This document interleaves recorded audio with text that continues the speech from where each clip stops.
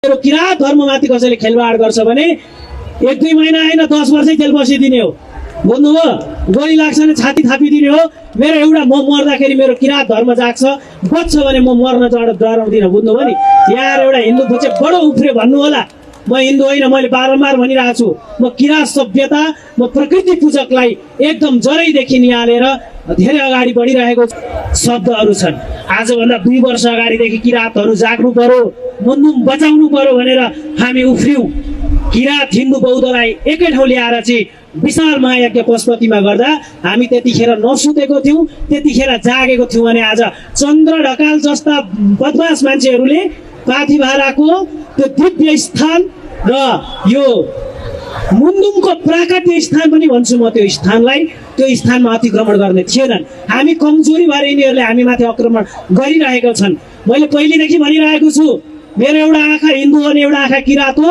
एउटा आँखा कसैले फुटाउन खोज्छ भने, यदि दम छ भने, हिम्मत छ भनेदेखि आएर पहिले आँखा फुटाउन तिमीहरू अगाडि बढ, त्यसको सामना म एक्लै गर्न तयार छु।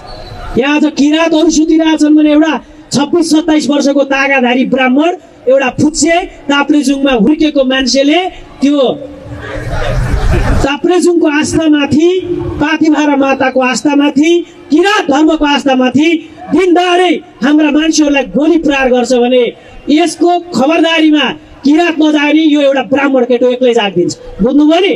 त्यही भएर यति मात्र होइन, यो अष्टम पूजा लगाएर मुन्नुम पाठ गरेर प्रसाद खान घरमा गए जति आज भेला भएको छौँ। यही हो हाम्रो आस्था। यदि यो हामी किरात धर्म मान्नेहरू लाज लाग्दैन घरमा बसेर तपाईँहरू यो रमिता हेर्न आउनुहोस् न। आज तपाईँको दाजुभाइलाई राज्यले गोली हानिराख्दा तपाईँहरू घरमा सुतिराख्नु छ, तपाईँलाई ठुलो पाप लाग्छ। बुझ्नुभयो? आज मुन्नुम बेचेर खान तपाईँहरू लागि परिराख्नु भएको छ धेरैजना। बुझ्नुभयो नि? यहाँ आज यति कम मान्छे उपस्थित हुनुहुन्छ भन्ने मैले आश गरेको थिइनँ।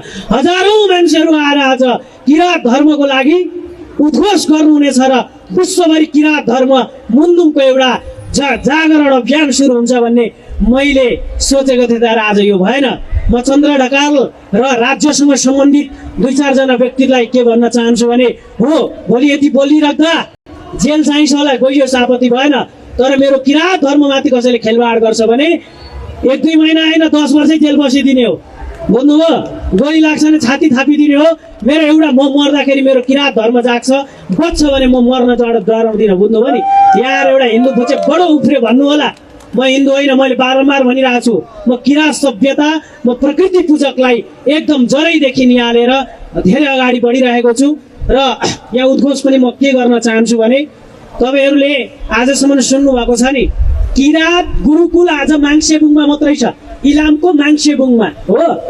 नेपालभरि 77 जिल्लामा किरात गुरुकुल खोलौँ भनेर आजभन्दा 2 वर्ष अगाडि हाम्रो हरि गुरु, किरात गुरु हरि अहिले अमेरिका पुग्नु भएको छ।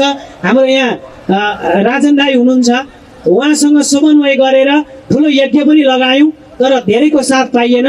र 2082 सालमा म आफैले किरात गुरुकुलको निर्माण गर्दैछु, जहाँ मुन्नुम पढाइ हुन्छ, अष्टम पूजाहरू पढाइ हुन्छ र हाम्रो किरात धर्म विश्वभरि फिजाएर किरात धर्म के हो भनेर चिनाउनको लागि एउटा म तागाधारी ब्राह्मण यसरी कराइरहेको छ भने तपाईँहरू घर घरबाट जाग्नुपर्छ।